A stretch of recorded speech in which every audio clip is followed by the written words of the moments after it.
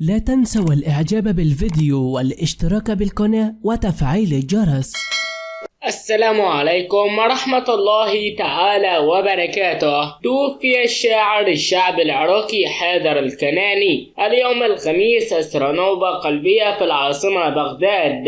ونشر أصدقاء مقربين من الشاعر عبر منصات التواصل الاجتماعي نبأ وفاة الشاعر فيما عزوا السبب إلى نوبة قلبية. ونعى عددا من الشعراء الشعبيين الشاعر حيدر الكناني بأحر التعازي، مشيدين بقصائده وحضوره في الوسط الشعري، والبقاء لله وإنا لله وإنا إليه راجعون.